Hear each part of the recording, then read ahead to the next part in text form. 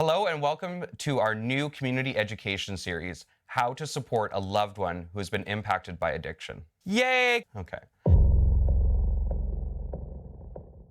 Setting healthy boundaries in your relationships is important because it helps us to advocate for our needs and also look out for our own mental health and well-being.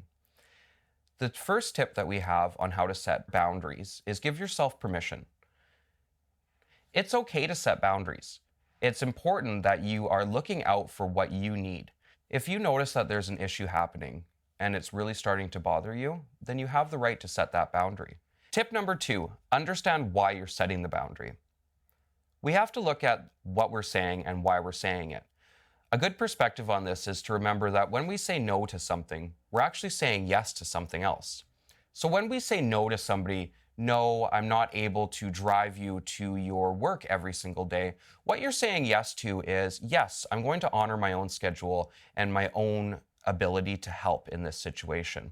When we say, no, I don't like it, or I don't appreciate it when you speak to me like that, what you're saying yes to is that you value yourself as a human being, that you value your safety, that you value your significance in the relationship.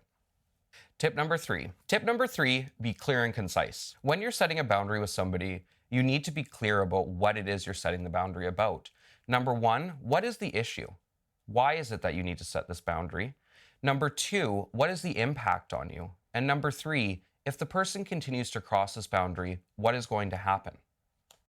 Tip number 4, know your triggers. It's important to know your triggers as you go in to set a boundary with somebody. Check in with yourself and see, am I highly emotional right now? Am I going to be able to approach this in a calm manner? Am I going to be able to think rationally and on my feet? There's no problem with waiting to set the boundary if you don't feel that you're able to in that moment.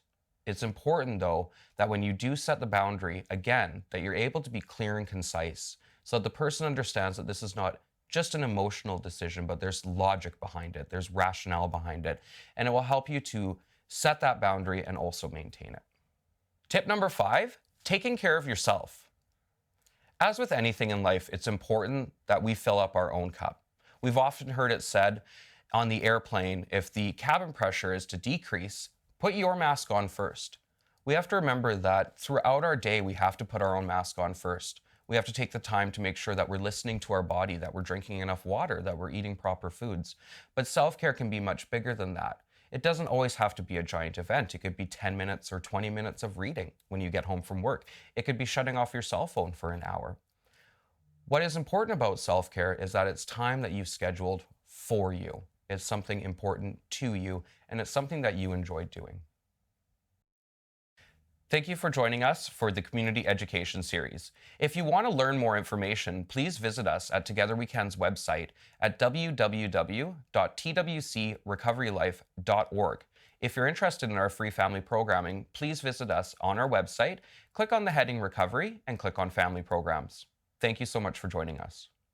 Like and subscribe. Bow, bow, bow. Don't forget to like and subscribe. Push the notification button. Bow, bow, bow, bow, bow, bow.